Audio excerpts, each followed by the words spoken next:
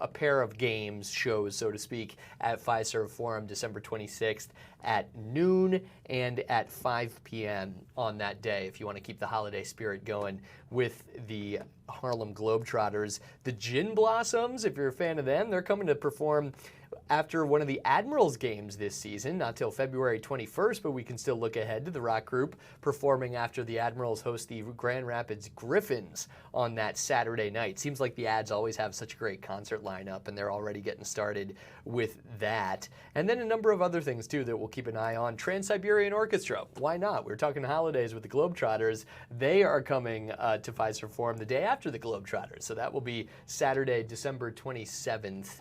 Instead. So pretty exciting stuff all across the board. That's the good news for us here on this Monday afternoon. And hey, it's a Victory Monday too, as we give you a live look at Lambeau Field. That was the site of the Packers' big victory over the Detroit Lions yesterday, with Micah Parsons, of course, making his highly anticipated debut for the Packers in green and gold after that groundbreaking trade that they made with the Dallas Cowboys. An immediate impact. Already had a sack for his new team, got Jared Goff late in that game, but you could see his impact throughout, as he is such a game wrecker that the rest of the Packers defense really thrived, really shined bright with Micah Parsons playing on that defensive line for Jeff Hafley's unit. So the Packers get a big win. It's a short week, though. Not a lot of time to celebrate, although I'm sure the fans are still feeling pretty good on this Monday morning.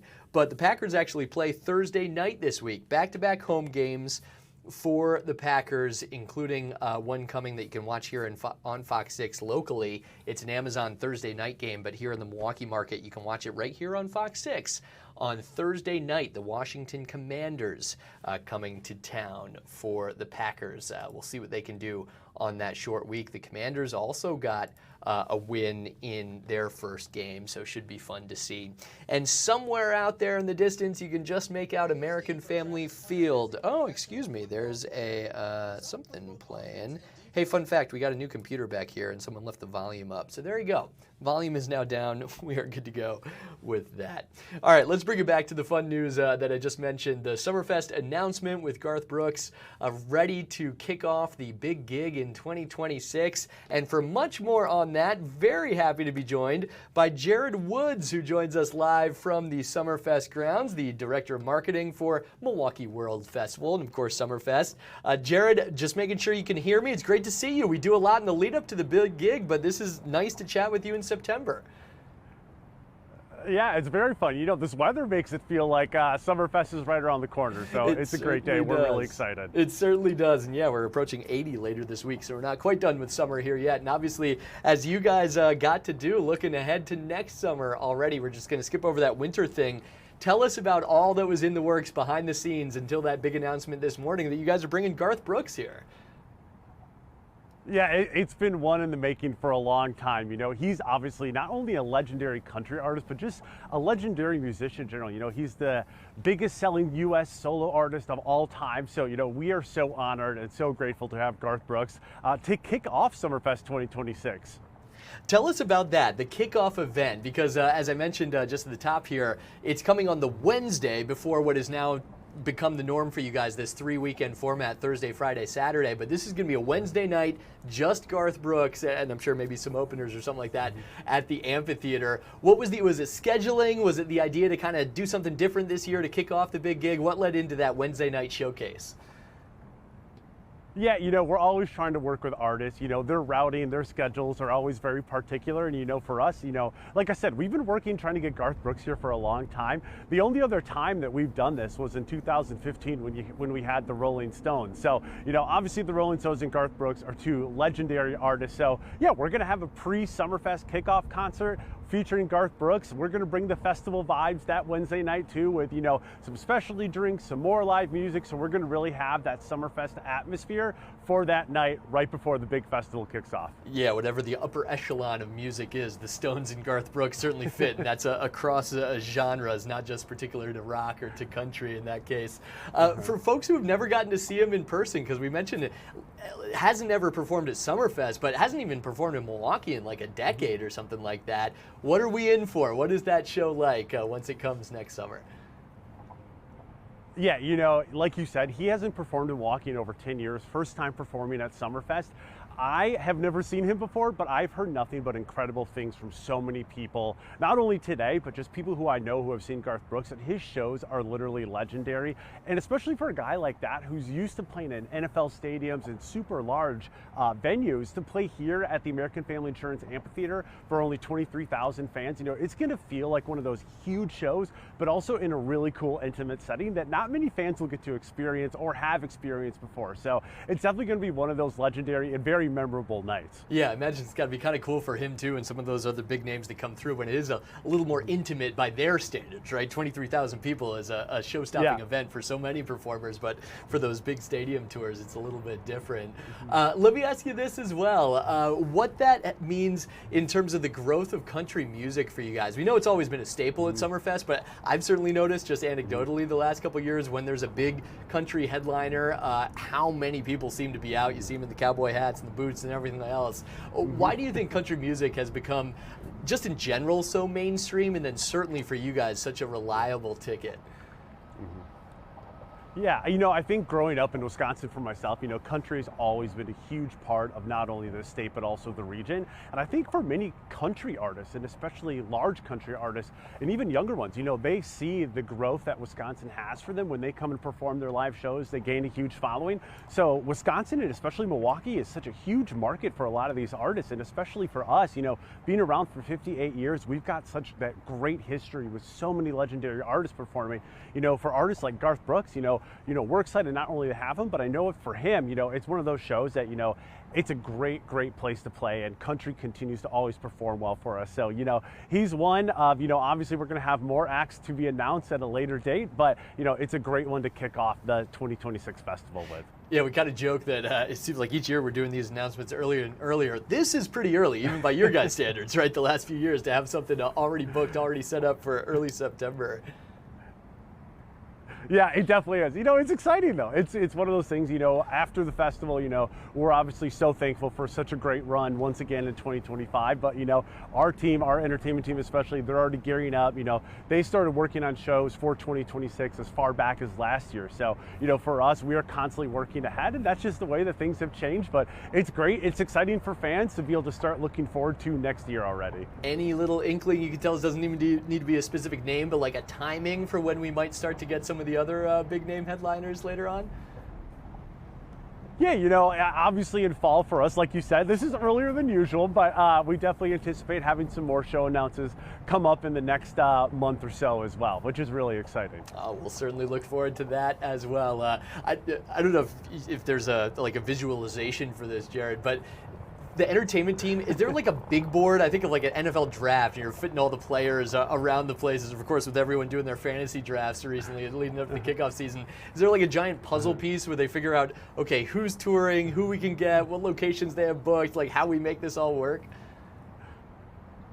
Yeah, 100%. You know, a big puzzle piece might even be an understatement, honestly. You know, they've got such a long list of artists that, you know, they've got their ones that they want to target every single year that they're putting in offers on. And, you know, like you said before, it's one of those things you just never know. Like Garth Brooks, this is the only thing so far that he has announced for 2026. So for us to be that first show is such a huge deal. You know, again, we've got some other incredible artists that we, you know, hope to line up and land for this year, along with some upcoming announcements. So it's one of those things where, you know, they have to move stuff around all the time, but you know, we're lucky to continue to get such incredible, high profile and legendary artists each and every year at Summerfest. Well, you know, we're here for you anytime you want to make a big announcement. We got you covered here. One kind of small thing, we mentioned the tickets, I'll pop it up again, go on sale this Friday if people want to get way ahead of things with the Garth Brooks concert specifically. But kind of cool that you guys are doing this because it's the Wednesday kickoff. What comes with that ticket? It's not just the Garth Brooks concert, but it's a nice perk as well. Yep, so you're also, all the fans who purchase a ticket to that show are going to get a 2026 Summerfest General Admission ticket, which is great. So you can come to the kickoff concert, go see Garth Brooks, and then come back and enjoy the festival any of the other 9 days. So it's really great for fans to not only be able to enjoy opening night and the kickoff show, but be able to come back and hang out with friends and family and watch some more great live music. Yeah, kind of like you do if you buy an amphitheater ticket, you get the ground ticket as well. So there you go. You guys are looking out for your fans in more ways than one. All right, I'm sure a very exciting day around your guys' offices, getting to find finally put this out there and make the big announcement. Certainly was exciting for us to hear such a big name coming to the big gig already in 2026, and it did kind of help fast forward a little bit. Like, yes, winter's coming, but hey, we got Summerfest to look forward to already. Yeah, we're not thinking about winter. We're only thinking about summer and sunshine and next year already. You always have the thermostat up to like 80 at the offices, all of it. It's always summer at Summerfest. All right, Jared, thank you so much. We'll let you get back to it. Always. Appreciate you joining us here on the live Thank you so desk. much. Yep, have a great day.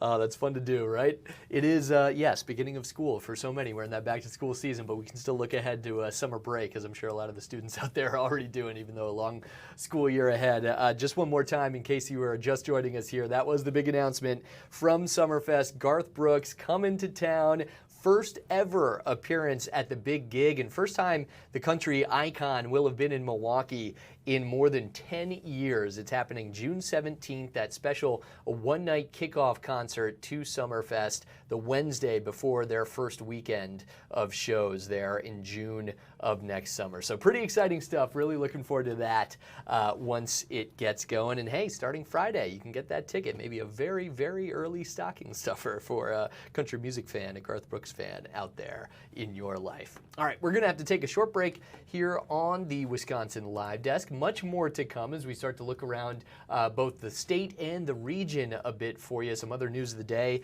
coming your way after these 2 minutes on the Wisconsin Live Desk.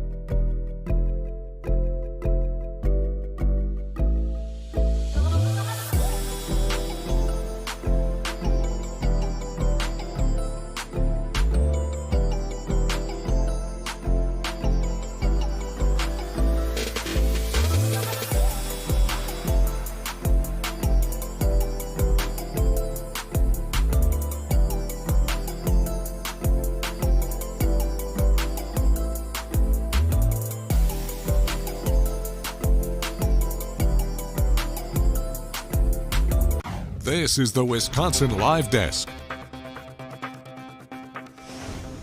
Welcome back. It's a Monday afternoon, 12:45 here on the Wisconsin Live Desk, and the joy of these different camera feeds. We can kind of take you all over the place right now. How about a gorgeous shot of the Big Apple and the Empire State Building there, framed by some of the other skyscrapers in New York. You even get in the bottom right of your corner there, the World Trade Center, One World Trade, way down in lower Manhattan. So a nice shot there. We also have a beautiful shot of the U.S. Capitol building, some cranes in D.C. as well, and we'll get to some other news out of the White House and out of the administration already today. But right now we want to take you out to the West Coast, actually, where the Attorney General of California, Rob Bonta, is making what they tabbed a major announcement. So certainly given all of the news of the National Guard coming to LA and other things, let's take a listen to what the Attorney General in California is announcing right now from his Department of Justice. County in the nation. This is a big sheriff's department. It's the largest in the nation.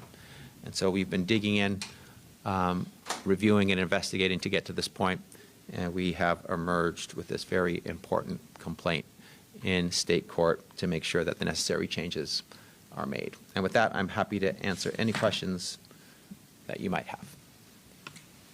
Hi. Hi, Emily Valdez, KNX. I wanted to share this really quickly because I want you to comment on the Supreme Court's ruling that got rid of the temporary restraining orders. You know, ICE agents can come back into LA and basically target people because of where they are, what they look like, their language.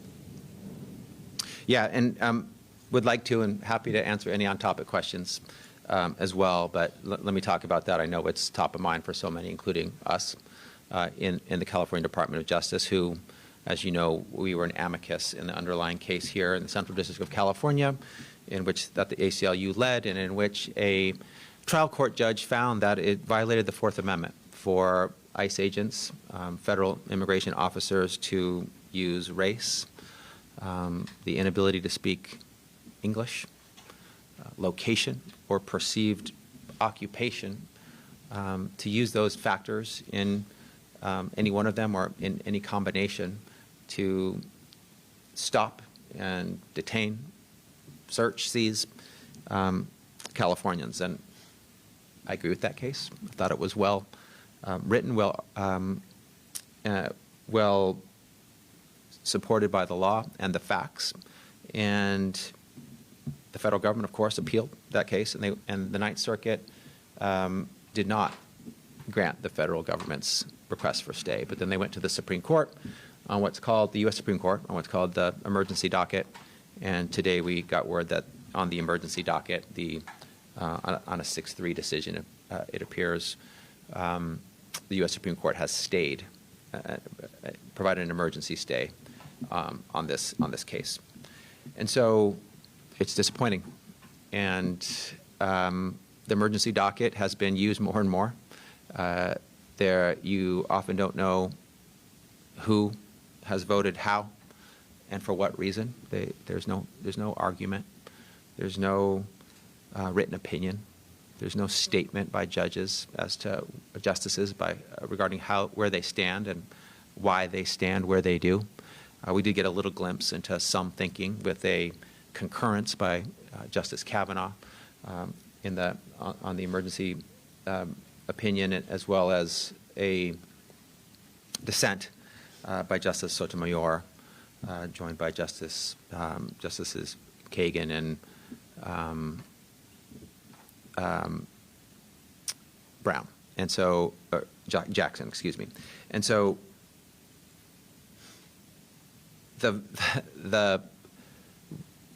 we don't know the reason that the 6 judges decided on this. We may never know. But we do know, because he told us, Justice Kavanaugh's decision. And it's very disturbing. And I think Justice Sotomayor sort of captures where it leaves us if you follow Justice Kavanaugh's decision, again, which might not be the majority's rationale. And she says, we ought not live in a government or in a nation where the government can seize you because you appear Latino, because you speak Spanish, or because you appear to have a low-wage job. And I couldn't agree more. We shouldn't live in a country like that. And that's what the lower court's decision was about, making sure that we don't live in a country like that. And we'll see what happens next. This is, an emergency petition. The U.S. Supreme Court could have stayed out of it and allowed the lower court proceedings to continue, but they decided that they wanted to weigh in. I'll also acknowledge that the U.S. Supreme Court has recently said that you can't consider race in college admissions when it could be one factor among many to tackle historical discrimination, to address personal racial discrimination in an applicant's life. You can't consider it. But you can consider race when in a city like LA, where there are so many Latino Californians lawfully present, following the law. You can use race as a factor to discriminate potentially against Angelenos and Californians based on race. So how they prevent the use of race to tackle discrimination, but allow the use of race to potentially discriminate is disturbing, and it is troubling. So those are some of my thoughts on the opinion. Does your office plan to take any steps to address the Supreme Court's order in the court that issued this way? We're not a party in that case, so it'll be up to the party to decide. We will monitor. We will use appropriately our role as an amicus and consider doing that again should there be a response to the stay. But of course, I mean, the U.S. Supreme Court is the highest court in the land, and so their decision is it's an emergency stay while the proceedings continue. It's not a final decision in the case, an ultimate decision in the case. There's more of the case to continue. But we will observe what the parties to the litigation decide to do in court, and should we have a role that we think is helpful and appropriate as an amicus, we will consider that, certainly. Thank you. Were you surprised by that ruling or not? Surprise these days is pretty relative. Disappointed. I think the rationale articulated by Justice Kavanaugh is dangerous and wrong, but he's a Supreme Court justice and I'm not. And I don't know if he represents the majority of the court on this issue, but he really went out of his way and wanted to make sure people knew his thinking, and so we know it, and it's dangerous. And obviously, as I've said before, I continue to have a strong belief in and a commitment to the rule of law. It's non-negotiable for me and for us here at the California DOJ. We'll uplift it and defend it. We follow court orders. And this wouldn't be the first time that in a case that we had or any party had, you've won below at the trial level, you've won at the intermediate appellate level, and maybe you don't get the answer that you want at the Supreme Court level. But we follow court orders because that's the appropriate thing to do in the United States of America. We're not talking about impeaching any justices or calling anyone a so-called judge or questioning the court's ability to opine. It is their role. They have taken a role. We will respect it. But it's disappointing. I wouldn't say surprised, but I will certainly say disappointed.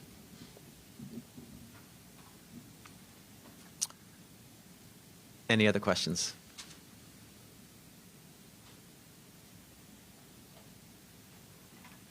All right. Thank you for joining today.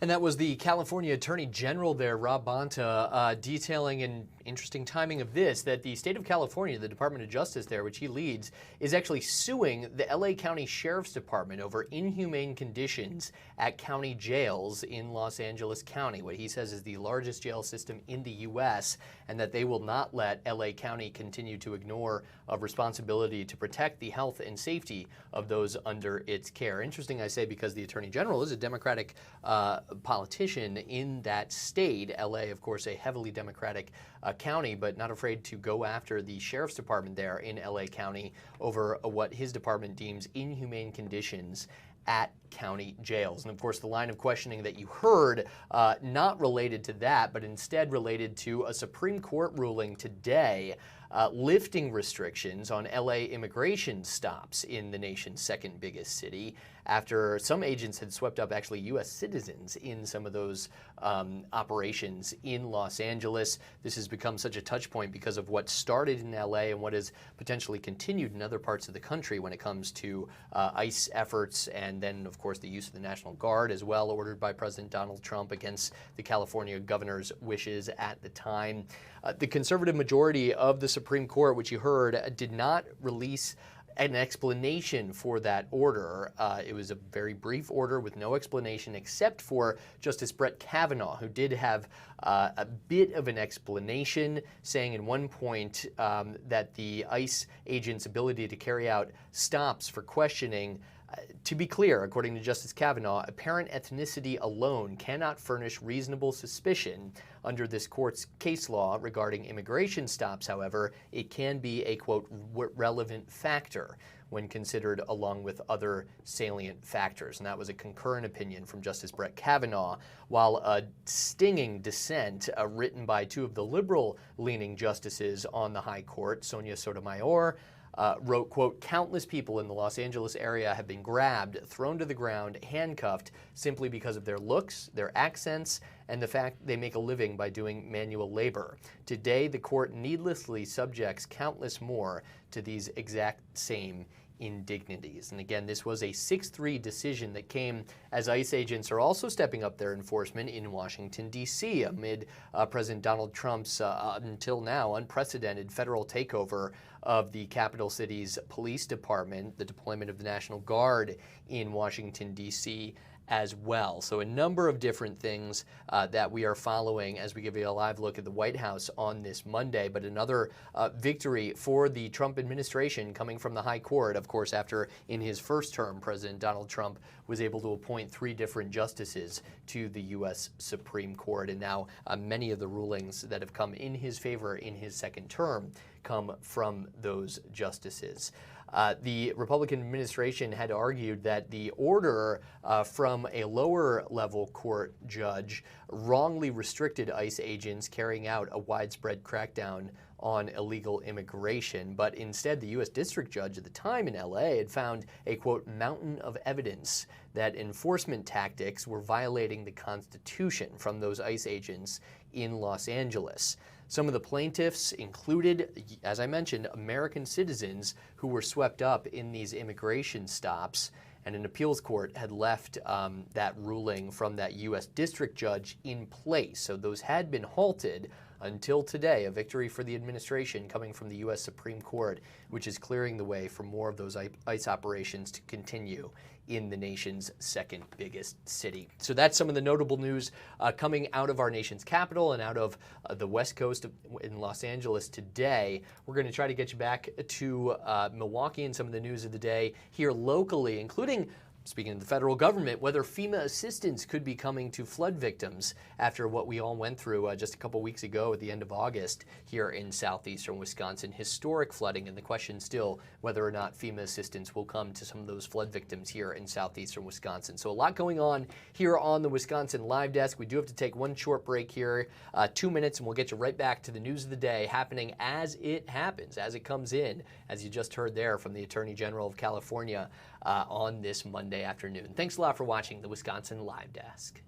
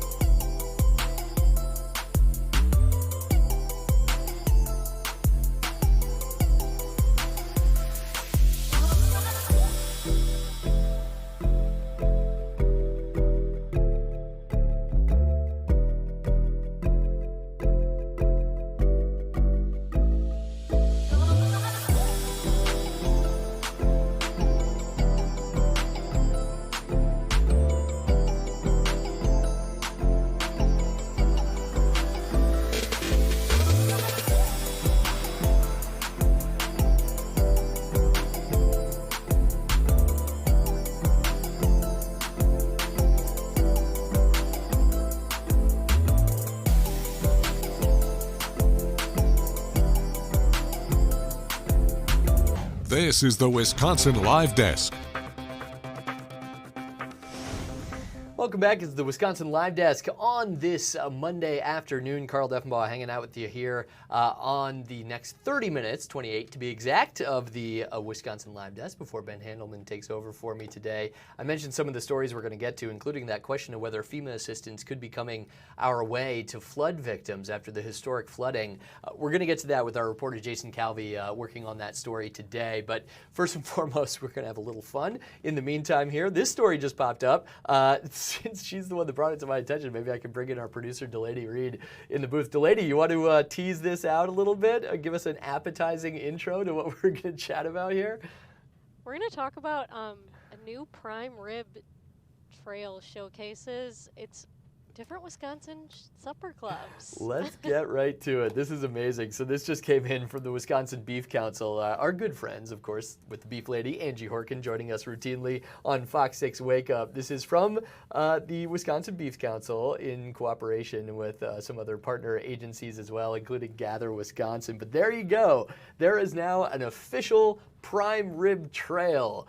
Basically, you can supper club your way through the state of Wisconsin, all inspired, as it says, input from beef lovers in Wisconsin, a statewide guide to some of the different supper clubs and restaurants where you know you're going to end up with a good prime rib and anything else that might strike your fancy on that particular meal. It says the trail highlights favorites across the state, Northwoods classics, hidden gems in small towns, and it was built with input from beef lovers who shared their go-to prime rib spots earlier this year. Now, I'm just doing a quick search through some of these.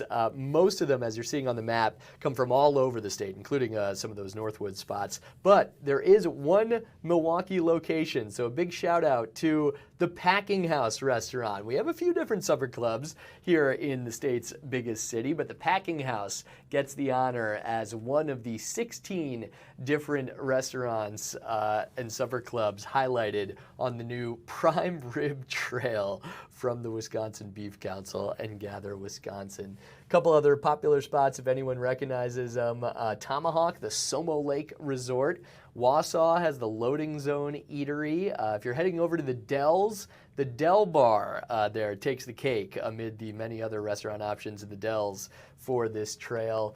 Some of the other ones, if you're going up to Door County, Sturgeon Bay, Donnie's Glidden Lodge Restaurant gets the honor, the #1 spot actually on this list, so kudos to them, and plenty others you can enjoy, including way up in Menominee, not Menominee Falls, but Menominee, Wisconsin, Jake's Supper Club. Shout out to them, serving up apparently a good slice of beef for the Prime Rib Trail. We're going to have some fun with that throughout the day, I can just imagine. Hey, maybe for next summer or any time of year, really, you can map out a journey around our great state, all based on the wonderful supper clubs that we have in so many different communities.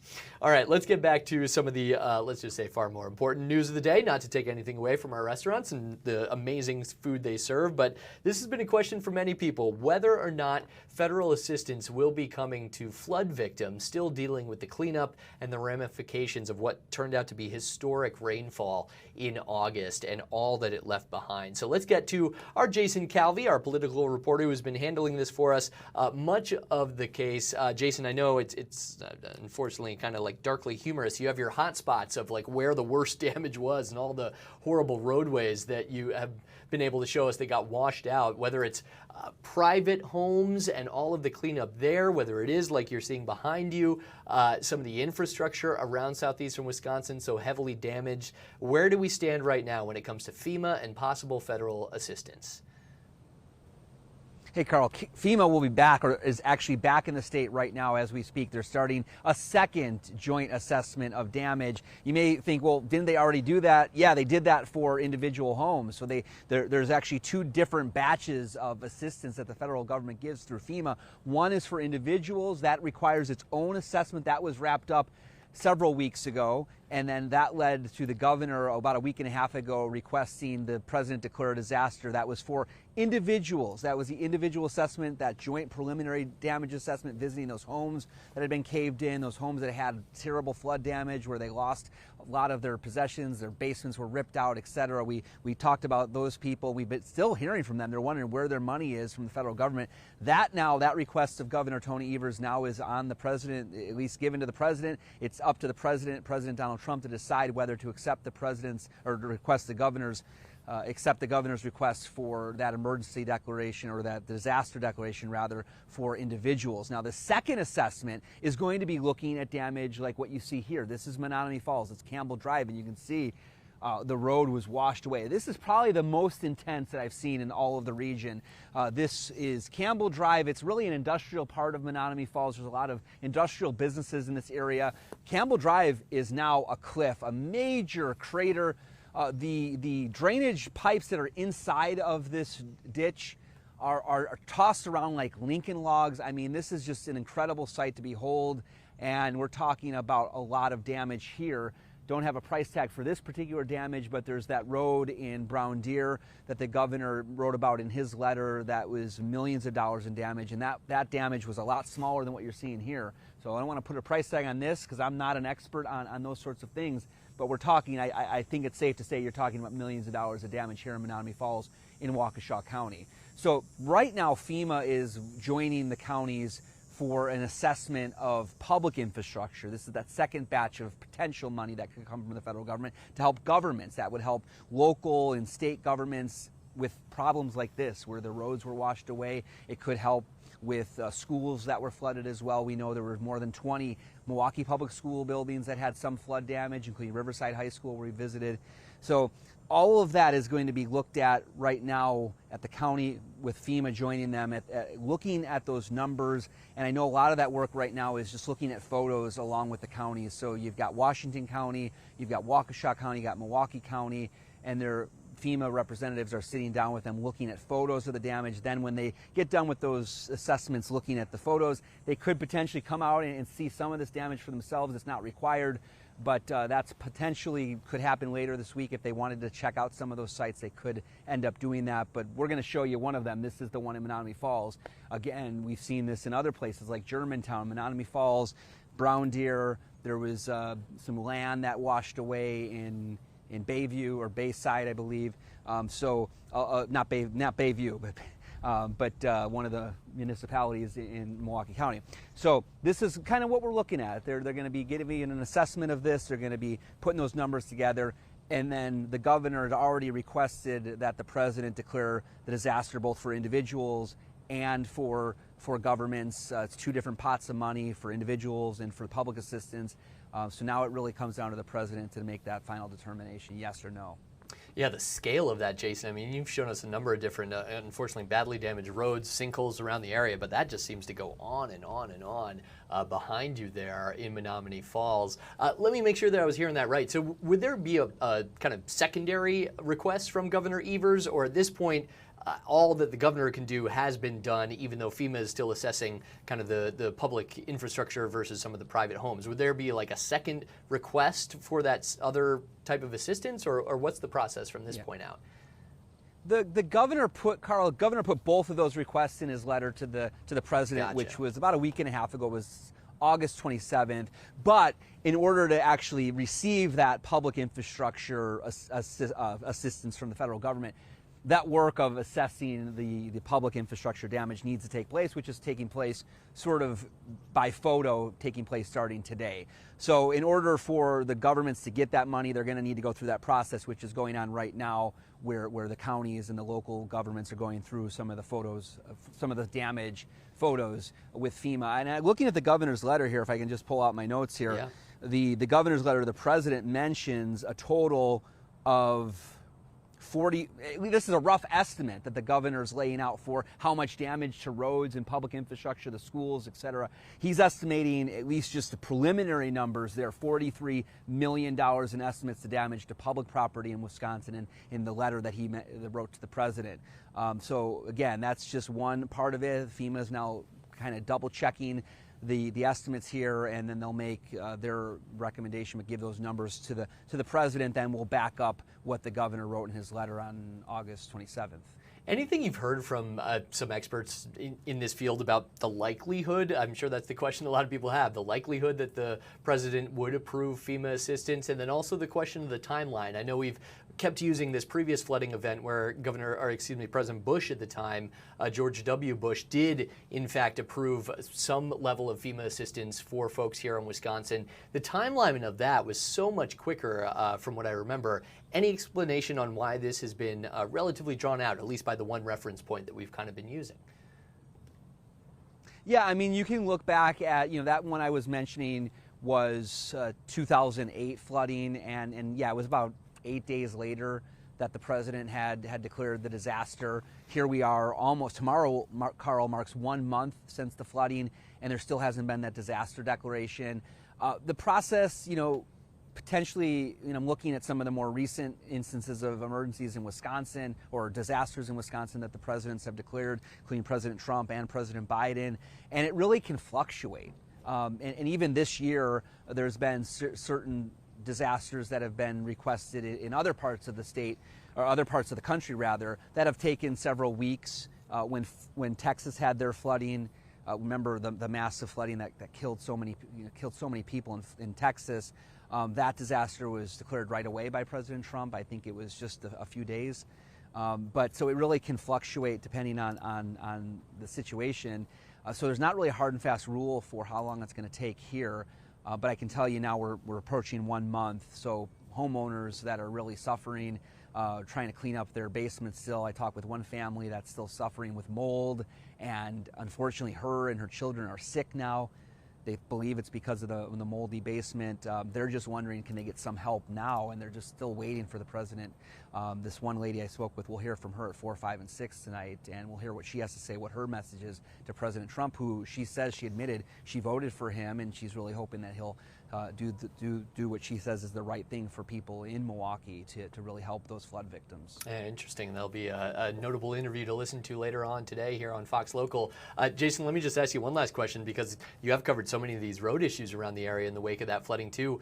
What do people do if they're in that part of Menominee Falls? It looks like kind of a business park behind you maybe. So is this affecting traffic in that area? Because obviously it's not going to get fixed anytime soon with that scale of a project. So what are people doing when this is part of their reality?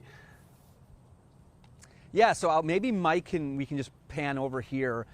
This road, we're on Campbell Drive here, and the closest business, they have total access to their driveway to get in here. And then if we pan back over here to the actual damage, the businesses that are on the other side of what is now a ravine here, they have access to their businesses. So this particular closure, this happened in a spot where businesses still have entry points to various main roads through these side roads, Campbell Drive, Campbell Court. So right now the roads are blocked off. You see these big cement barricades here, but other than that, there's not actually blocking any businesses from using one of the other roads to get out of this particular industrial part of Menominee Falls. That's the good news, at least. Maybe it's a little bit of a roundabout, but they're still able to get access to wherever you need to go out there, at least in that area. We know hasn't always been the case with some of the damage around southeastern Wisconsin. Jason Calvey, thank you so much for staying on this for us. It's certainly something so many people are interested in, hoping for, as you said, from that woman we'll hear from tonight. So thank you very much for asking the questions for us and bringing us this report here on the live desk. Appreciate it.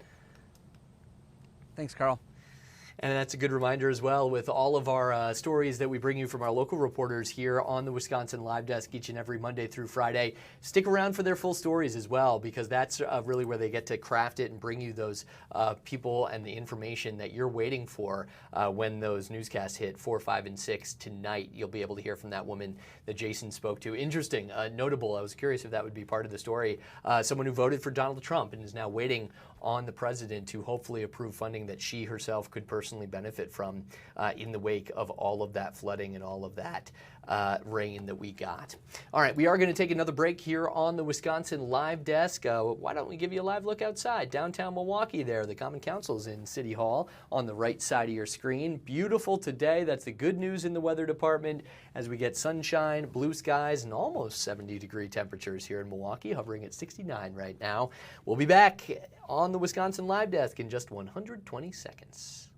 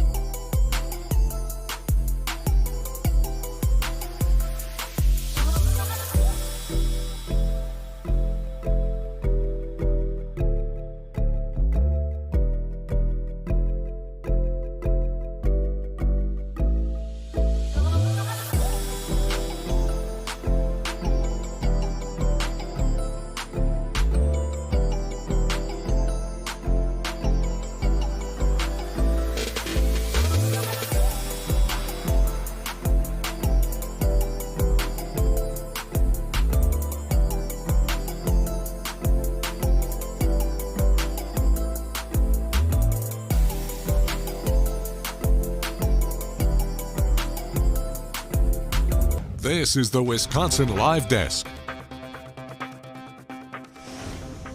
Hey, welcome back to the Wisconsin Live Desk. Carl Deffenbaugh with you here on this Monday. I fast forwarded. Really wanted it to be Friday. Got a long week ahead, apparently, at least for me. Let's give you a live look at the Milwaukee airport here. MKE on this beautiful day. No planes on the tarmac, at least taxiing or landing right now, but we know they're staying busy over there. Notable because of what we're hearing is happening overseas, and trying to get you some information on this. You might see this map and say, okay, what the heck are we looking at here? It's a flight map, obviously. This is the flight radar, the live interactive radar map around London's Heathrow Airport. So taking you across the pond, so to speak, where you're seeing plenty of activity, but this is notable because one of the terminals at Heathrow was evacuated because of possible hazardous material. That's according to the fire brigade in London at the airport. And I'm looking up some of the live reporting from the BBC happening right now. Again, firefighters responded to a, quote, possible hazardous materials incident at Heathrow Airport, Terminal 4 specifically. So far, all the other terminals are operating as normal. The London Fire Brigade says that they are responding to this. The check-in area of that terminal also closed, but so far at least, as we're seeing this flight radar map, no evidence of a disruption to flight. So that's good news for anyone going in and out. The National Rail also says that trains are unable to stop at the terminal right now while emergency services deal with this incident. So far, the latest update from the BBC and from some of the other reporting partners across the pond, so to speak, not much sign of disruption to flights out of Heathrow, and specifically that Terminal 4 at the London airport so far. A couple delays, but nothing major like you would expect with this. There were some images of passengers waiting outside of the airport, specifically after they say they were evacuated from Terminal 4 at Heathrow. And besides that, though, most of the flights, especially in and out of such a busy airport, a global airport with so many connections going in and out, doesn't seem to be affecting major flight operations at this point. Just a little while ago, a spokesperson from Heathrow sent a statement saying Terminal 4 check-in had been closed and evacuated while emergency services responded. They were asking passengers not to travel to Terminal 4, instead try to support others at the site. A specialist crew was deployed to the airport at the time from the London Fire Brigade. But again, nothing tangible to report at this point in terms of what could have been found there. So that's at least good news. Flight operations in and out of Heathrow seem to be largely unaffected by this news, but an interesting update that we will stay on top of for you from the other side of the Atlantic Ocean from us, London's Heathrow Airport, dealing with that issue on this Monday afternoon. So we'll continue to keep an eye on things there, certainly as that potentially becomes a story throughout the rest of the day. But so far seems to be perhaps a warning, cautious as they should be, but nothing to report yet in terms of what was a search for possible hazardous materials at London's Heathrow Airport. All right, we'll give you another shot from our different bank of cameras. We had a great shot of the Empire State Building for you earlier from New York City. How about the Statue of Liberty there in the distance? You can see through the sunshine in the Big Apple, shining bright right near Ellis Island there as you approach Manhattan and New York City on this Monday afternoon. And then the White House, some of the news of the day coming from the administration as you see 1600 Pennsylvania Avenue there. President Donald Trump has already announced a number of things, including the possible threat of sending National Guard troops and immigration agents to Chicago, not Milwaukee specifically, but since it's our neighbor, just about an hour and a half to the south, notable if that were to happen. The big thing right now has just been some of the posts the president made over the weekend, including kind of parody image from Apocalypse Now, the famous Vietnam War film, with the parody of the quote, "I love the smell of deportations in the morning." That was a post from the president on that social media site. But besides that, we haven't seen any other results from the administration or any push of National Guard troops or other ICE agents into the heavily Democratic city of Chicago down south of us here across the border in Illinois, similar to what we have seen potentially as targets for the expansion of the use of the National Guard and ICE immigration agents in LA and Washington and the like. Also New Orleans, a city that has been mentioned in some of this. So remains to be seen what will happen from there. One other notable development today from the U.S. Supreme Court, we had the story for you when the California Attorney General was speaking live here on the Wisconsin Live Desk, that restrictions on some of those immigration stops happening in Los Angeles had been lifted by the Supreme Court in a broad, if unexplained, emergency action from 6 of the justices, 3 in dissent, as is often the case. Another notable development from the High Court today, the Chief Justice, John Roberts, okayed the firing of a member of the FTC after President Trump wanted to fire a Democratic member in the spring, but she was then reinstated after she had sued, citing a lack of misconduct or a neglect of duty. But the Chief Justice, John Roberts, okayed the firing of that FTC member today after the Justice Department argued that President Trump can remove a commissioner at the FTC and other executive branch agencies without cause. So that question of cause, certainly the issue there. Remains to be seen what that would mean for the Fed as well, where the president has removed one of the governors and that person has responded with a lawsuit saying that was not, in fact, a legal action. So remains to be seen what will happen with that. One of the other things the Trump administration has done today has filed an appeal to the U.S. Supreme Court, once again, trying to keep billions of dollars in foreign aid frozen right now. That was after a U.S. district judge ruled that the administration's decision to withhold about $5 billion in already congressionally approved foreign aid, the judge said that was likely illegal. The administration filed an appeal today to the U.S. Supreme Court trying to continue that foreign aid freeze. The president used what's known as a pocket rescission to invoke the freeze, something that was last used by a U.S. president about half a century ago, 50 years ago. So some of the notable things coming out of the White House today, some of them a victory for the Trump administration, certainly when it comes to the U.S. Supreme Court and some of the rulings that they got today, and some of the other things that are notable and still to come potentially as things continue to fall out there in the nation's capital, but of course with an effect on all of us around the world. All right, we're going to take another break here on the Wisconsin Live Desk. Let's give you 2 minutes to regroup. That's what I'm going to be doing here, and we'll see what we have for you after this. Thanks for watching.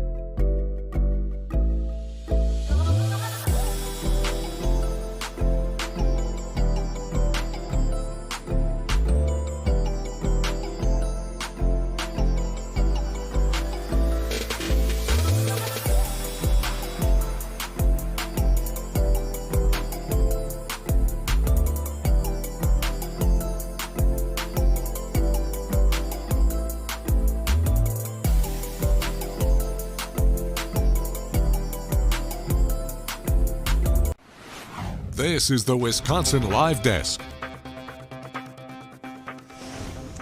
Hey, welcome back to the Wisconsin Live Desk. Carl Deffenbaugh with you here for just a couple more minutes. Ben Handelman standing by right outside the door, ready to take over for the second hour of Wild, as we like to call it, the Wisconsin Live Desk, here with you on Fox Local each and every Monday through Friday. We give you a live look at the Milwaukee skyline there. The river looks good, Milwaukee River through downtown there, and all the sunshine we get to enjoy today and for the next few days. In fact, we'll steal a quick check of the graphics from our friends in the weather office. Look at the high temperatures we get to enjoy today. So we'll get in the low 70s, just a little bit more warmth from where we are right now. But then by Friday, maybe touching 80 here in Milwaukee, and possible storms over the weekend, including Saturday. But Friday should be a pretty nice return to summer for so many of us around the area, not quite ready to let go of those summer temperatures after we had that cool down, very football-like weather before that. All right, we're going to take you live right now, and this is actually perfect timing. We'll handle the transition with Ben taking over for the second hour of the Wisconsin Live Desk. All right, first of all, can you all hear us? You see okay? Attorney General Josh Kaul there making an announcement on digital safety with students All right, going great. back to school. Let's listen well, in first, live. Thank you all for being here today. I'm Attorney General Josh Kaul, and I'm joined by several folks, including up here, DOJ Internet Crimes Against Children Task Force Commander Jesse Crow, the Director of our Office of School Safety, Trish Kilpin, Captain Dan Bauman of the Waukesha Police Department, Director of Student Services, Mark Lennerer with the School District of Waukesha, and Donna Bembenek, the President of Catholic Memorial High School. And we are here today to discuss digital safety as students around the state of Wisconsin are beginning the 2025-26 school year. Now, at the Wisconsin Department of Justice, the Division of Criminal Investigation, as well as our Office of School Safety, work diligently to ensure that kids around the state of Wisconsin stay safe. And what we want to highlight today is digital threats. We all now live in a digital world, and it's important that children and parents are aware of the potential dangers online and how to navigate them. I like to harken back to when I was a kid and we would hear about the kind of dangers that we should be aware of, and we would hear about things like crossing the street safely and looking both ways, not talking to strangers. But in today's environment, kids who are growing up today need to be informed about online safety as well. Kids and all of us spend a lot of time online, and there are real dangers for kids' safety and for all of our safety online. Each year, we've seen more and more reports of children being exploited online. And at DOJ, as well as in local law enforcement, we're doing what we can to combat this growing threat. That includes keeping families informed about the threats that kids face and the ways that we can all work to keep kids safe online. Now, I want to highlight some of the current online threats that those in law enforcement see, because there's a range of things, from cyberbullying to exposure to child sexual abuse material, or CSAM, or contact from adults who are looking for CSAM. One of the more significant online threats to children that we're highlighting today is sextortion. That's a form of sexual exploitation where the offender threatens to release compromising material of the victim unless the victim provides something additional in return.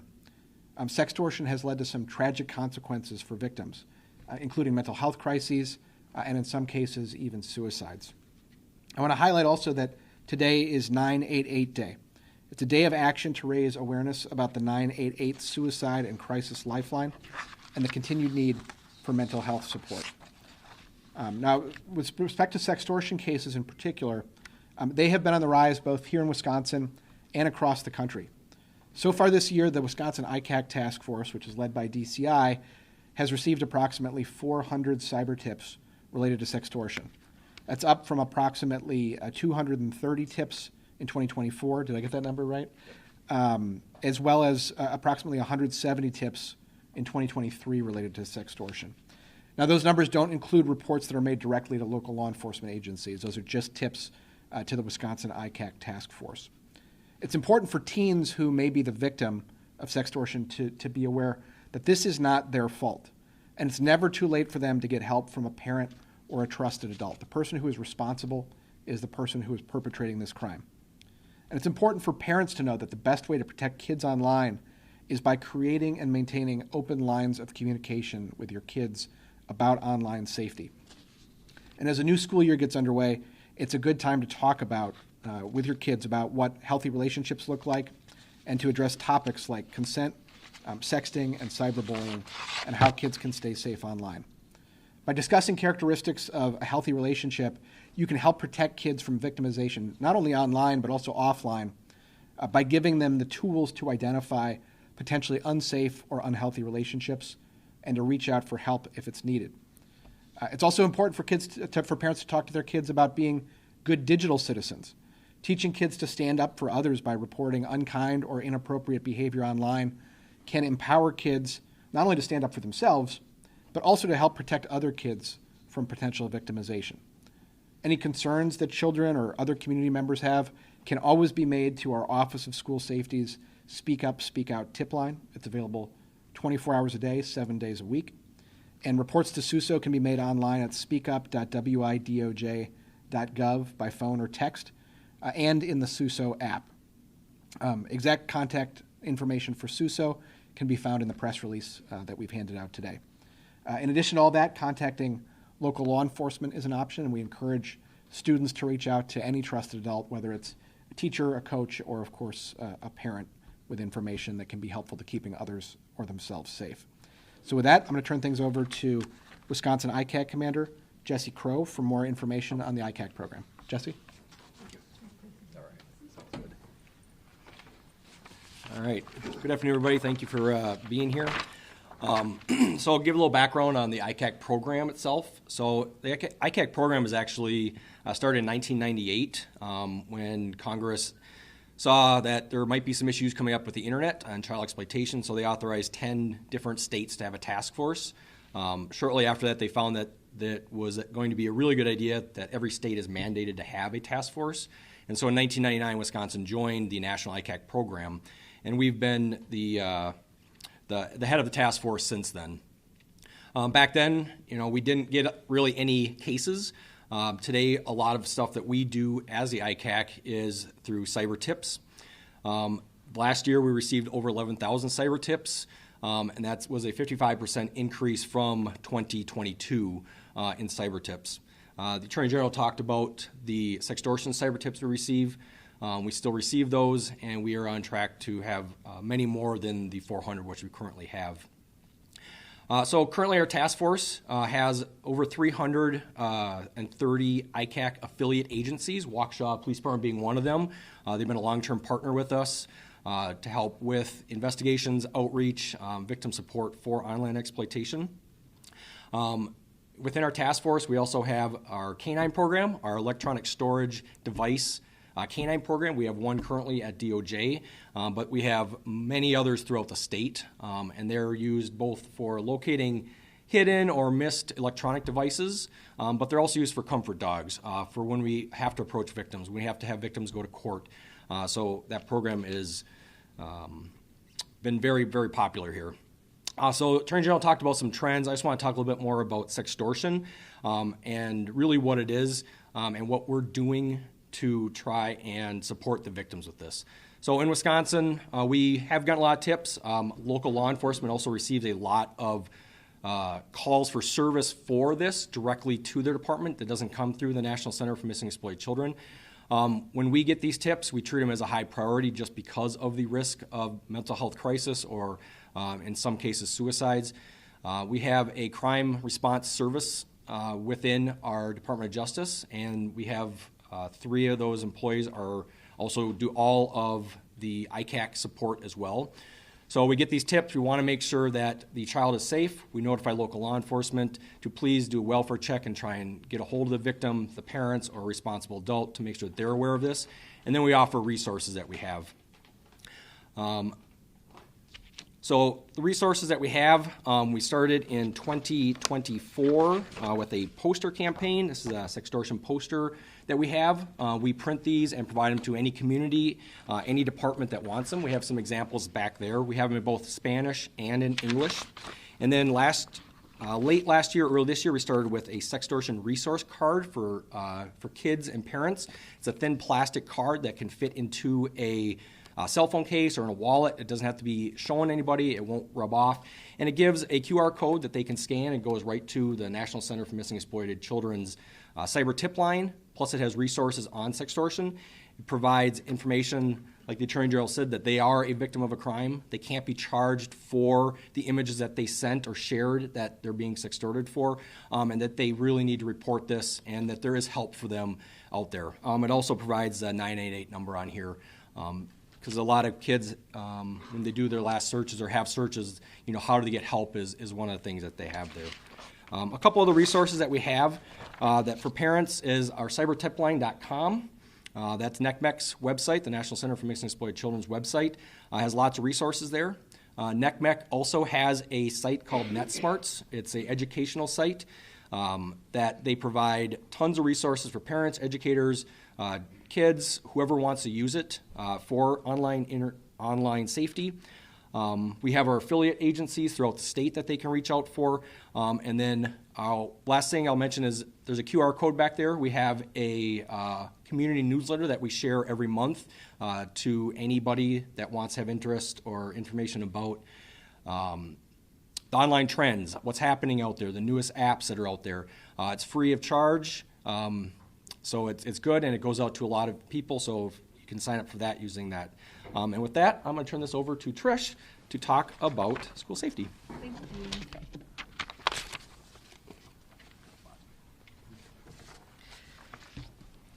As you can tell from the speakers that have already spoken to you today, we collectively are trying to build supports so that every child gets the help they need if they are feeling scared, if they're feeling worried, or if they themselves are a victim, or if their friend is experiencing some kind of distress and needs help. Kids learn best when they're not afraid.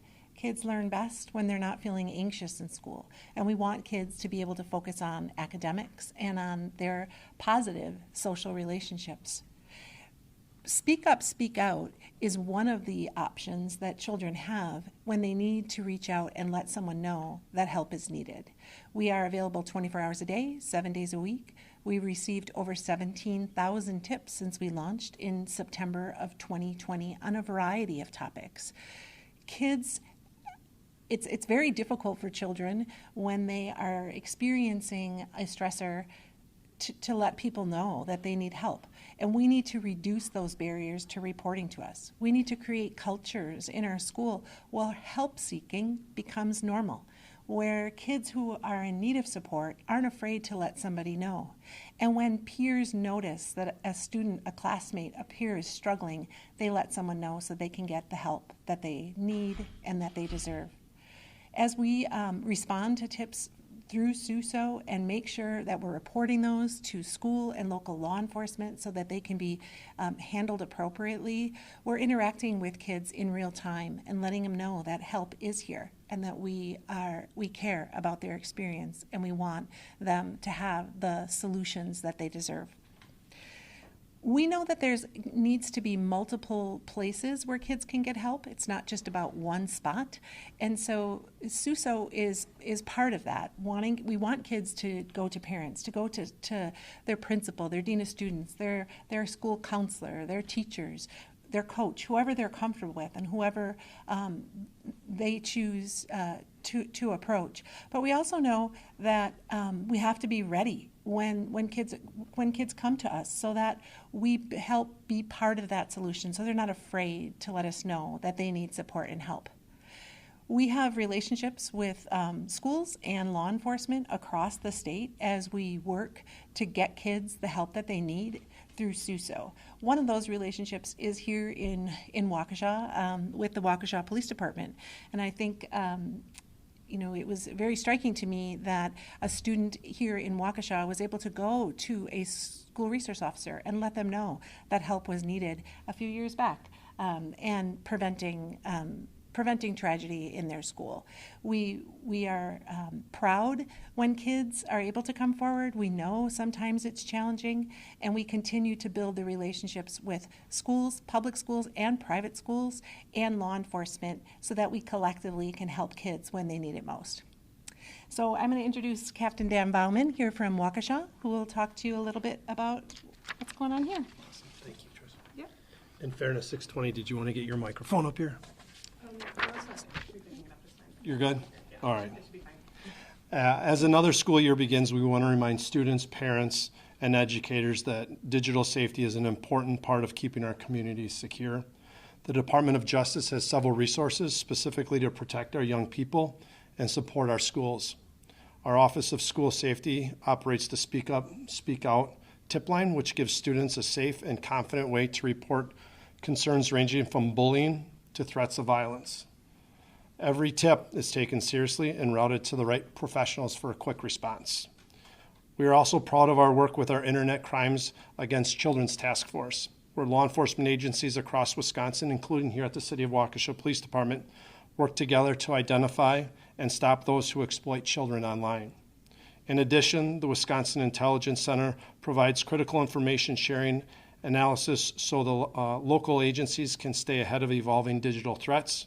Together, these programs form a strong network prevention, intervention, enforcement that help keep our students both safe online as well as in the classroom. With that, Mark Leonard from the School District of Waukesha. Thank you.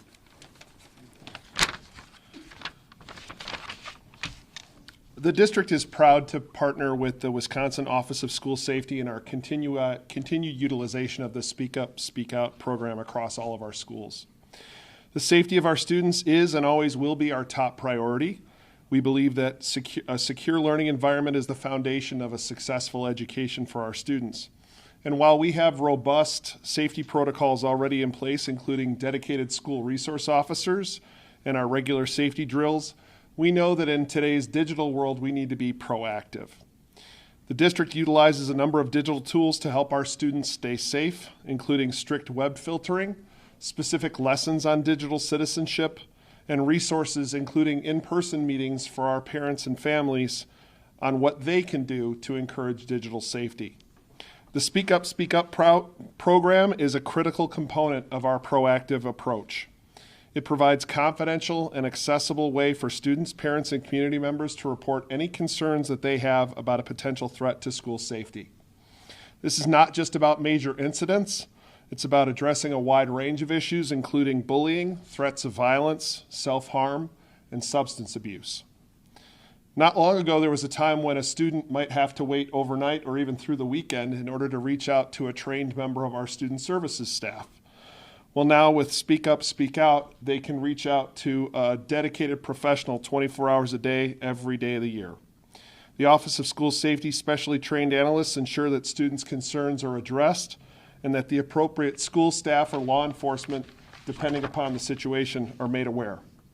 This Ben Hillman here. You're listening to a press conference right now. That's the superintendent out there at the Waukesha School District. They're talking about this program, Speak Up, Speak Out. The Attorney General, Josh Call, the Attorney General of Wisconsin, is in the room. This is a big thing that the state leaders have been trying to advocate for, that all parents know that this resource exists. But this isn't really something for parents. This is something for the kids. So something you really should talk to your kids about because, yeah, they're the ones that are going to see the stuff online, not necessarily the parents usually. It's the kids who see it first. And then the state just wants to know there are these incredible resources for, to address things from bullying to more severe things like threats. So we'll keep watching this press conference. Ben Handelman here from the Wisconsin Live Desk as we get set for another fantastic hour on your Live Desk. And in just a few minutes here, I'm seeing Brett Lemoyne. He's standing out in front of a tool manufacturer. Really interesting story that's coming up next.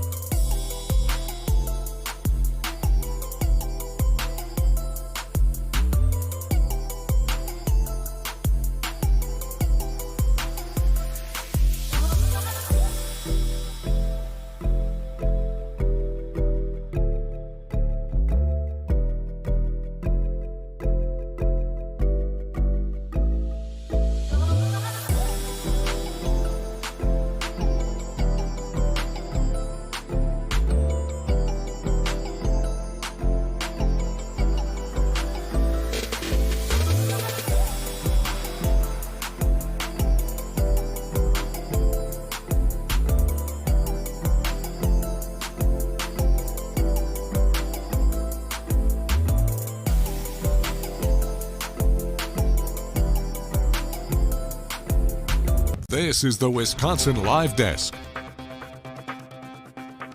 What up, news nerds? It's about 1:50 on your Monday, and the work week is off and running. The kids are back in school. It is glorious outside. Live picture of downtown Milwaukee. There's the Milwaukee River. There's Lake Michigan. My kind of day where you're trying to figure out where does the sky start and where does Lake Michigan start on the horizon there. Just fantastic out there as it's near 70 degrees. But a really interesting story I want to talk about right now. I'm going to bring in my colleague Brett Lemoyne out in Brookfield, where according to investigators, somebody has stolen a lot of tools. And we're talking a lot of tools, Brett. I mean, it's almost mind-boggling, Ben. I mean, when I think back of all of the crime stories that I've covered, this one is very unique because of the dollar amount involved. Prosecutors say that a Wauwatosa man allegedly stole more than $1 million worth of tools from his now former employer, which is Milwaukee Tool, located here in Brookfield. This is a crime that prosecutors say spanned more than a year. And he did it, allegedly, by doing this. This guy, Matthew Yang, worked in IT here at Milwaukee Tool, and prosecutors say he used a company employee discount program to basically get hundreds and hundreds of tools from his employer shipped to various addresses. The criminal complaint alleges more than 30 different locations that these tools were shipped to, including his Wauwatosa apartment. And Ben, that is where things get really wild because that's how police were able to find him. Here's what happened. Yang allegedly put in an order for 9,000 pounds worth of tools. 9,000 pounds. That sounds like heavy. And the freight company, this sounds astronomically heavy. The freight company that said that was shipping these tools said, this doesn't seem right. This is an apartment building that we're sending these tools to, an apartment unit specifically. And so they called Milwaukee Tool and they said, this doesn't sound right. Milwaukee Tool did an investigation, and sure enough, they were able to find what they say was Yang using his company laptop to basically buy all of these tools, and then because he had access, because he worked in IT, he was able to delete the purchases from the record, and so they went undetected for quite some time. But yeah, more than $1 million worth of tools. It turns out, Ben, according to prosecutors, Yang would then turn around and sell these tools at a significant loss, and he also had a bit of a gambling problem, according to prosecutors, where he would go to Potawatomi. He lost about $60,000 at Potawatomi, but it was enough to get him a special loyalty card at Potawatomi for high rollers that spend a certain amount of money. Prosecutors got a search warrant. They looked into his bank account records. They found that at the start of all this, he had maybe $2,000 or $3,000 in his bank account. By April of this year, he had hundreds of thousands of dollars in his bank account that prosecutors say came, they're sure, from the sale of these tools. What surprises me about this whole story, Brett, I mean, I'm just thinking, okay, he had the intimate knowledge, according to investigators, because he's an IT guy. He gets these tools shipped to various locations, but then it seems like it's another full-time job. You got to sell all these things and unload them. And we're talking, I mean, over $1 million worth of tools that investigators say he unloaded. Yeah, and he certainly, according to the court record, he was not getting all of that money into his pocket because, he was selling these at a pretty significant loss. But yes, it was, the red herring here was the fact that this shipping company said, wait a minute, we've got 9,000 pounds rather worth of tools that's going to an apartment building in Wauwatosa. Yeah, they're like, where's the loading dock? And then yeah. Well, and it coincides, Ben, investigators say this all coincides with Milwaukee Tool ending its employee discount program as well. So I guess the company gave pretty significant notice that they were going to be doing away with this program, and then the purchases that were made fraudulently started to rack up considerably, according to what investigators found. And then, sure enough, by April, they discontinued the program and they started looking around. In fact, on Yang's company laptop, investigators say they found a spreadsheet that mapped it all out. Again, on his company laptop, Yeah, the detectives are like, where "Thank you very it would much." have. Yeah, where it would have columns that basically said what the items were that he made the purchases for, how much they were valued, how much he was able to get for them. So it was, we don't want to say intricate because it was pretty bare bones in terms of this being on his company laptop. It was an Excel spreadsheet, but investigators say that spreadsheet, combined with the bank account records, combined with that Potawatomi card and all of the losses that were incurred through gambling there, point to Mr. Yang as being the culprit here.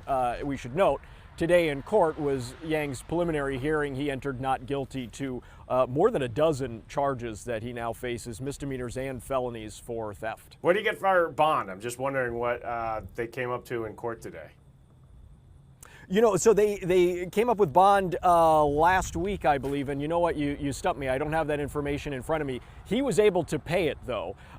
So that also, you can read into that what you will, but the amount was a significant amount for bail, but right. When we're talking about the charges here, he was able to pay it. So he was out of custody today, Ben, when he made his appearance for his preliminary hearing. I know we're not going to get this from the company because I know we've asked, but man, does this show a glaring flaw in their internal program. That good reporting here that they've now ended it. And I guess we'll never know if they ended it because they're like, wow, we have too many employees taking advantage of this program, when it maybe was just one employee who found a way to really, delete some of the evidence that was really taking advantage of the program by making hundreds and hundreds of thousands of dollars off of this. But to me, doesn't that tell you, Brett, there's a big internal flaw here that I'm sure this company is looking at now? Well, sure, yeah, and we did get a statement, Ben, and we'll provide that as part of our reporting. They didn't address that particular concern in their statement to us today. But yes, I mean, you factor, and if you give me a second here, I've got the numbers here. Yeah, while you read that, I'm going to pull his mugshot back up again. This isn't an old guy, too. He's a pretty young guy that's accused of all this. Yeah, I believe 31 years old. He was born in '94. So let's just look. In March of last year, 2024, there was one order for $600. That could probably have gone, without any notice. But then it starts to kind of jump up. In May of 2024, there were 3 orders totaling more than $9,000. In June, just 1 month later, almost $20,000 worth of tools. In August, there were 10 orders totaling $30,000. I mean, this goes on and on and on until we get to March of 2025. So just a few months ago, there were 27 orders in March of 2025 totaling $700,000. That's when the red flag started to rise. But as I look down this list, the forfeiture amounts that Brookfield Police came up with, it's almost every single month that there were at least one, if not more, in some cases, obviously in March of this year, more than 24 orders that were placed, totaling vast numbers of dollars here. So yeah, it does add up, and it does make you wonder. We should point out, though, I mean, obviously, for our viewers that don't know, Milwaukee Tool is a large corporation. It's a multinational corporation that is headquartered here in Waukesha County. So, if that means anything, take it for what it is. Yeah, big company. I think the owners are Japanese-based, and this is the North American headquarters. Obviously, the Milwaukee Tool, they got that big headquarters downtown, too, that they've kind of moved into. And ironically, they just had their big meeting, like Apple always has those meetings where they show off the new stuff. Milwaukee Tool has something very similar. I believe that was a week ago. So, yeah, obviously, as the company's trying to show off new tools, they don't want to be addressing this with one of their now former employees. But really interesting stuff coming out of court today as we're learning the details. Not sure I don't ever bet enough at the casino, Brett. If I ever go in, it's $5 and then I get out of there because I get scared. But when you get to the high rollers, that's when you're starting to get the free things like your hotels comped and your food. So yeah, but you got to bet a lot. Helps if you got a lot of stolen tool money, allegedly, as well. Brett Lemoyne, look forward to your reports coming up. 456-910. Yes, thank you, Ben. And Fox Local, of course. You'll find it on Fox Local. A fan, a big friend of the program. Appreciate you coming on here, Brett. And yeah, really good stuff from your reporting today. Appreciate it. Milwaukee Tool, a big employer here in town. One of my neighbors is a Milwaukee Tool employee, and I was asking him about this, and he goes, I don't know, some IT guy, because he doesn't work in IT, but this is certainly making the waves. This was trending, the #1 story on our website at fox6now.com and right here on Fox Local. So there's been a lot of interest in this story. A lot of the people wondering, how in the world did he get away with it? Well, not away with it because now he's charged, but how did he steal that much without the company noticing? Now we're realizing some of those details. All right, stay with us here on Fox Local. I've got some new feeds just popping in. We're going to talk about the hurricane that's brewing, going towards Hawaii. Not sure if anyone's got plans to go on vacation anytime soon out in Hawaii, or you know people out there. We'll talk about that coming up here on the Live Desk.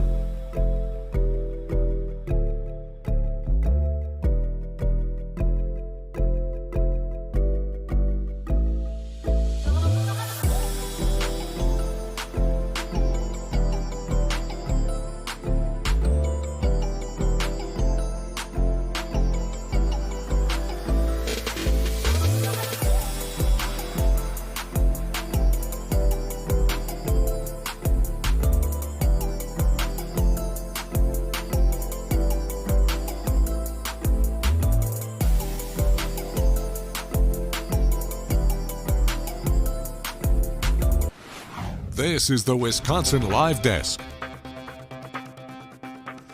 Ben Handelman from the Wisconsin Live Desk. All right, we've hit the 2 o'clock hour. It's 2:03 on our Monday. Good stuff from Brett Lemoyne.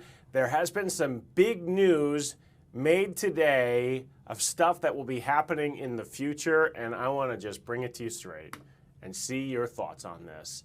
Garth Brooks is going to kick off Summerfest.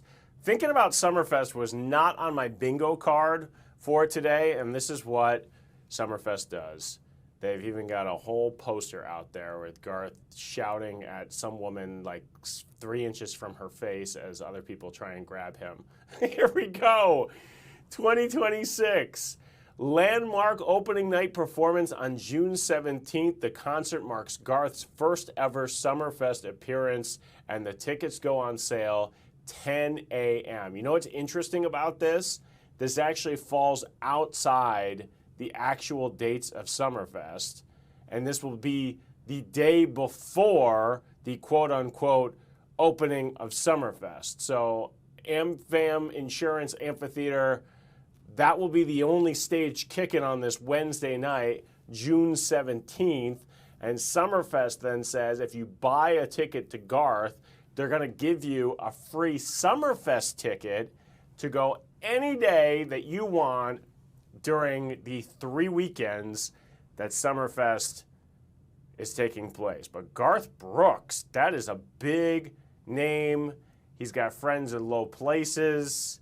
Delaney, are you a Garth Brooks fan? I only know friends in low places. I'm trying to think. He's got like a gazillion hits. I'm trying to think of some of his other big ones. But okay, now I'm not going to Google it. The Dance. Do I know that one? I don't know. I'm going to have to think about this. So this is exciting. Garth Brooks is coming into Summerfest.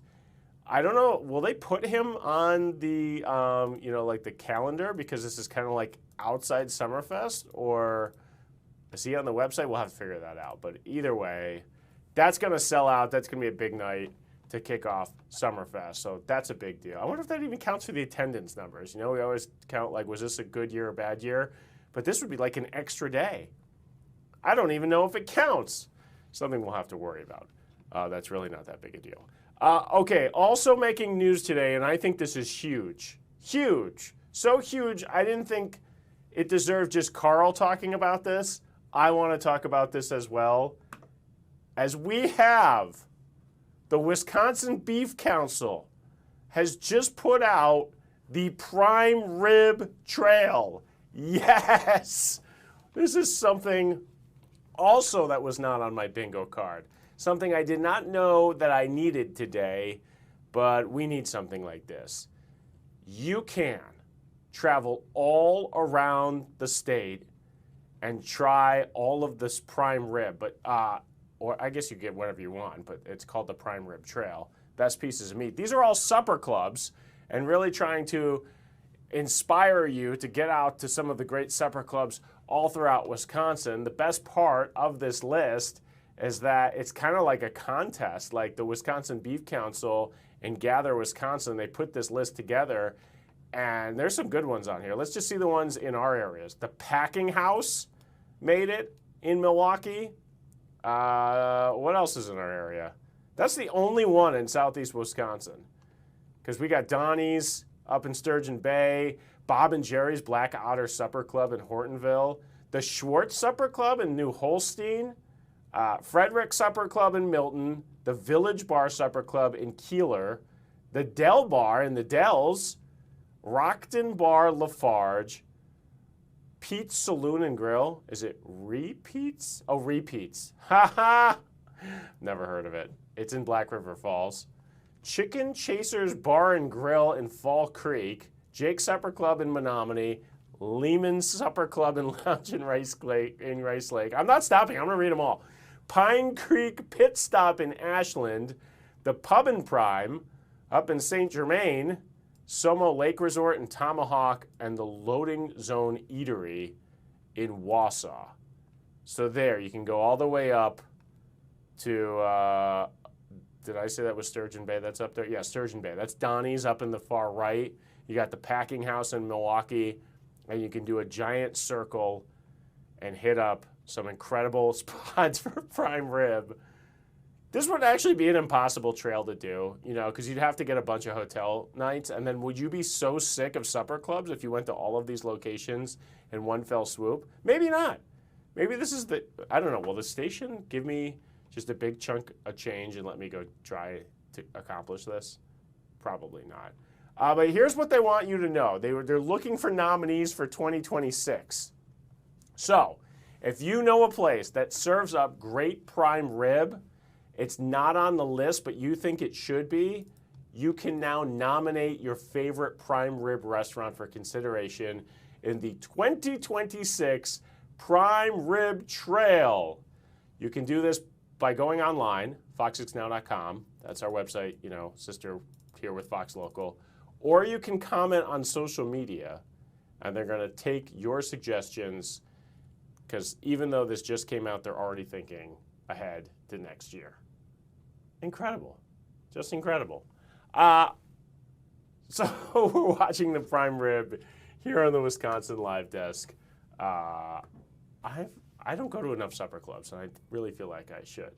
And a more serious note, here's the weather thing that we're watching right now out in Hawaii. You can see we got Hurricane Kiko just off the coast of the Big Island, and it is slowly crawling in that direction. We're going to talk to the weather experts coming up. You're watching the Wisconsin Live Desk here on Fox 6.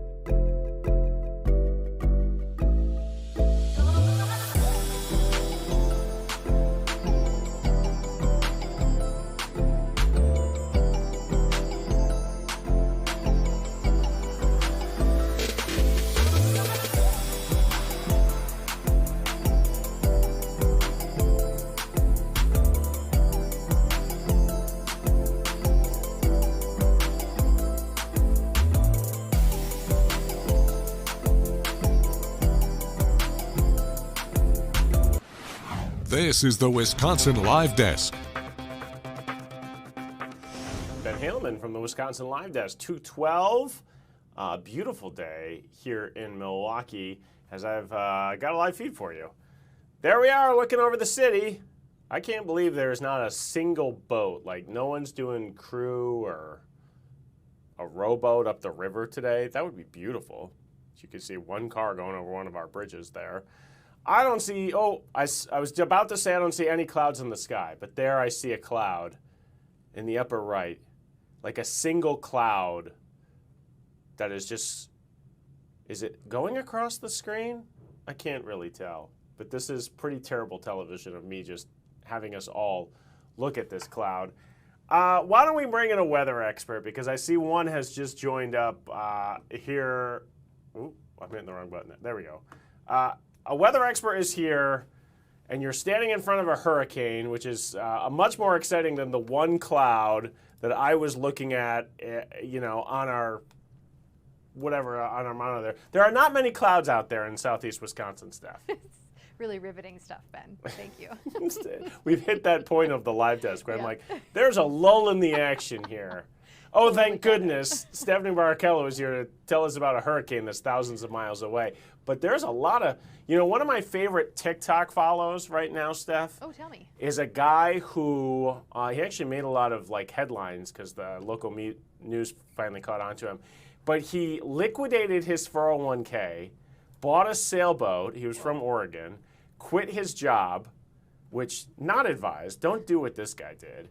He bought a sailboat, didn't know how to sail, taught himself to sail, and is now sailing around the world. Yeah. And he made it. And honestly, I think a lot of people watched to see if he would survive because he left and went into the Pacific Ocean on a really dangerous voyage to try and get to Hawaii. But he made it, and he's in Hawaii right now. And now he's got all these hundreds of thousands, maybe even millions of followers. But he's been talking about the hurricane that is out there. And obviously, a lot of eyes on this right now. What's the latest with that? I think a lot of eyes just because, we don't always talk about hurricanes near Hawaii Right. or impacting Hawaii. It's not, surprisingly, not very common. But yeah, so this is Hurricane Kiko. It's a Category 1 storm. It's got max sustained winds of about 85 miles per hour. It's actually weakened a little bit. This morning it was a Category 2, so it's weakened. And you can just tell looking, this is infrared satellite. So this is picking up on the temperature of the cloud tops. And usually when there are these yellows and reds, that's indicating really cold cloud tops and, active weather, heavy rainfall. You get the gist. It's obviously showing us where the hurricane is right now.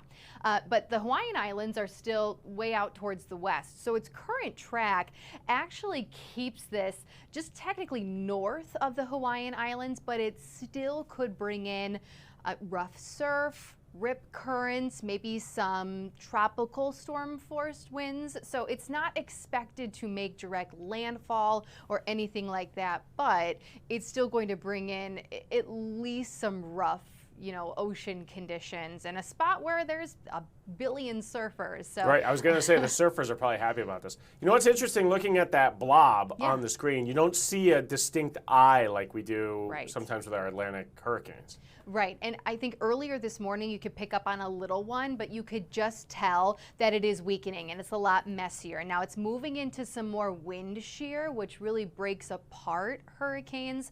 So it is forecast to continue to weaken going forward. And its main impacts, again, going to be primarily tomorrow into Wednesday. Then it's going to be way north of the Hawaiian Islands. So really just watching, I think, late tonight into Tuesday, into Wednesday, and then this won't really be a big deal, but you can just tell that this is a messier storm and a weaker storm, and it's forecast to continue to weaken as it pushes up towards the north. You know what else has been on my TikTok feed? Because we all have different algorithms based off of whatever you watch. Suddenly you see a lot more of that.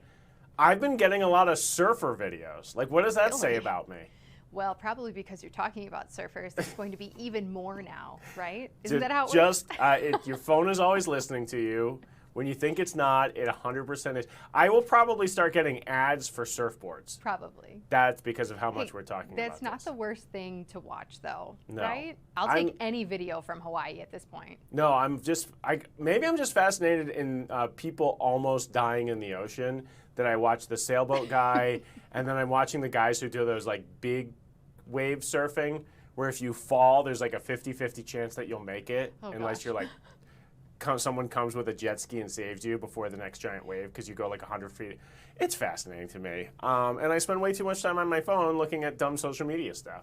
It's all of us, don't worry. Yeah. Hey, let's talk about our weather around here because it hasn't rained a lot, and I just bought my mums. I got my mums, and now I need to water them, I guess, because it hasn't rained at all. Yeah, you know what? We've had a pretty dry stretch over the last, we'll say, week or so, with maybe a little bit of rain sprinkled in here or there. This is our view outside right now. We still have a primarily dry forecast. We have the slight chance for a few showers overnight tomorrow night, so maybe late Tuesday night into early Wednesday morning, but nothing substantial there. So I would say don't rely on that. Still get out and still water if you have gardens still trying to hang on or any more of those flowers. At this point, it looks like maybe Saturday is going to be our better chance for a little bit of rain. But look at this, Ben. I'm going to put another graphic up for you here. Look at these temperatures heading into the next couple of days. So huge change when it comes to temperatures. I see an 80 again. Week, right? Exactly. In fact, I'm actually going to bump Saturday up to 80 as well. I'm in the process of forecasting at the moment. So it's just a far cry from what we've experienced. We've had 21 days below average in a row, and I'm not sure I've really ever said that. It's been a long stretch of 60s and very comfy weather. Don't get me wrong, this weather's been amazing, but it's significantly cooler than what we should be. And remember, that factors in not only our high temperature being below, but also our low temperature being far below average. Most of our lows over the last couple of weeks have been in the 40s and 50s, and average lows are still in the 60s this time of year. So It's been pretty incredible. I saw something today that I want to share with you because you live kind of in my neighborhood. Oh gosh, what'd you see? I was walking back to my house with Ashley, my wife, And they were doing, does this happen in your neighborhood where they were doing the water hydrant testing? Yes, yeah. And there was flushing out. Anyway, so there's like a river going down one of the streets, and I look at the corner and I go, Ashley, is that a head popping up out of the sewer? And sure enough, in all this gushing water was a head of a raccoon. Oh my God. Coming out of the sewer because, they live down in the sewer. Oh no. And I'm sure that he was not expecting a bath this morning.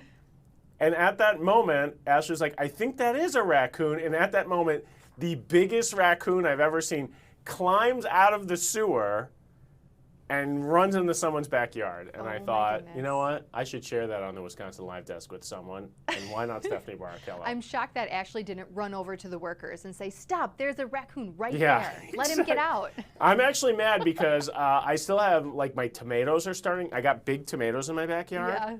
Someone is eating half the tomato. I'm pretty sure I know the culprit.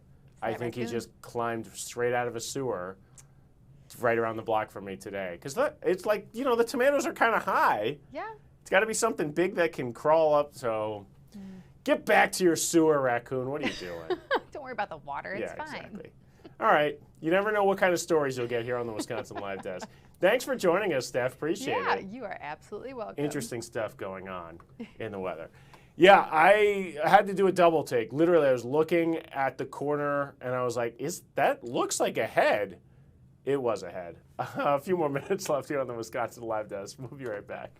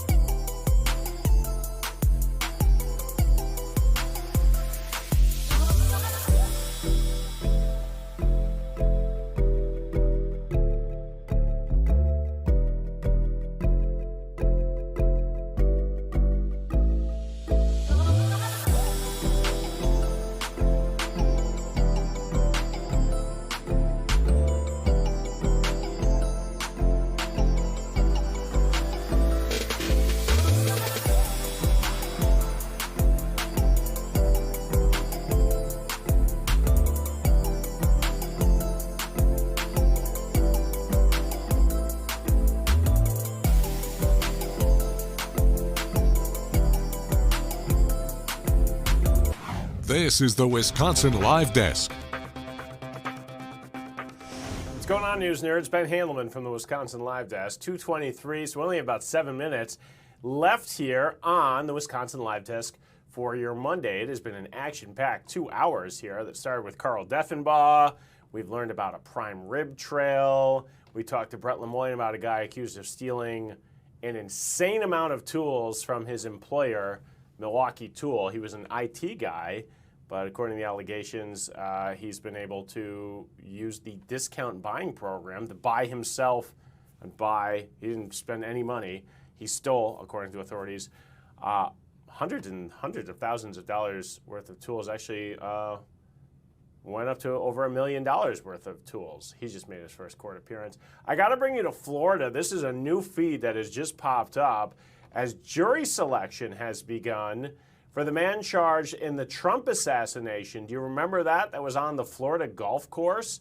Ryan Routh will be in federal court today, not only as a defendant, he's also representing himself in this case at trial, something that professional lawyers will say not usually a smart move, because if you think you can outsmart a prosecutor on the other side who does this for a living, good luck. But it is your right. If you want to represent yourself, you can do that. So this morning, the pool of potential jurors that are arriving to this courthouse in Florida near Palm Beach, where you might remember this, that the president was playing a round of golf when they noticed there was a rifle pointed through the fence as he was playing, and someone from the Secret Service spotted Ryan Routh. Routh got away, but eventually he was tracked down in his car and stopped on the interstate. And so this is kind of interesting because Ryan Routh is going to be the person who chooses who will sit and decide this case, because if you're representing yourself, you're part of the jury selection process, and that's all taking place out there in Florida. So we're watching that. That will be making big news tonight. We're getting some good news across the pond overseas. That is a live look at radar near London's Heathrow Airport, one of the biggest international airports in the country. According to the London Fire Brigade, they're at the airport. They are standing down to its response, what they thought was possible hazardous material in the airport. So there was this report that there was some possible hazardous material. They had to evacuate the check-in portion of the airport. Flights were grounded. And again, it's not just people coming from England, but from all over the world travel to and from this airport. And so international air travel has really been affected and delayed. Now, according to an airport spokesperson just a short time ago, they do believe they're going to get all the flights affected into the air. But this is the, here, I've got a statement here.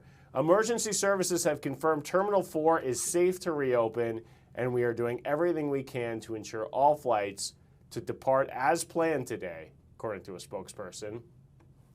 They go on to say, we are very sorry for the disruption caused. The safety and security of our passengers and colleagues is our #1 priority. So good to see. We can see there are planes going to and from Heathrow. This is the Flight Aware, one of the apps where you can track all the flights going in and out of Heathrow Airport. But that is one of the big focuses right there. You never know what you're going to get on the live desk. Sometimes it's local stuff. Sometimes it is things from very far away, like we've been covering the hurricane in Hawaii and the flight disruptions in London, England today. But around here, it's looking a whole lot better. Well, there's the temperature trend. Man, unbelievable what the temperatures are going to be by Friday and Saturday. If you thought we would never touch 80 again, it looks like we were wrong, because that is beautiful, beautiful temperatures out there.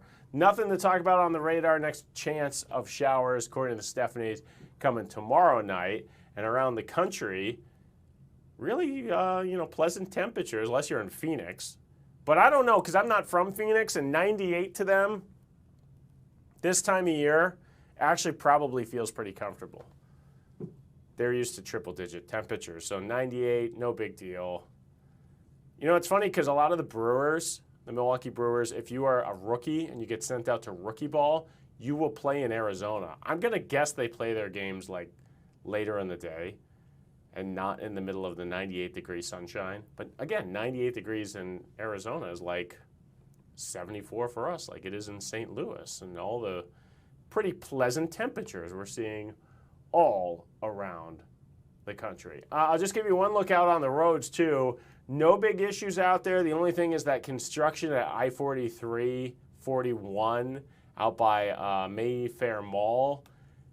Couple of backups there, but really no big deal, as everything is moving as people are back to their regular routine. I think that's the hardest thing to do, is like get back into your routine. But now that the kids are in school, that's what people are doing. getting back in the routine. Beautiful day out in New York City as well. That's a live picture that just popped up on the feeds. As they don't have, it looks like the exact same conditions in New York City that we're seeing in Milwaukee, Wisconsin. That if I tried to lie to you and tell you that this was Milwaukee, you might believe me just based off of the temperatures out there. All right, the joy of the Fox Local app, everybody. You can click on the stories that we talked about in the last 2 hours. So go on your app, click around. Fox Now is next. You'll get a national idea of what's going on out there. We'll see you same time, same place tomorrow.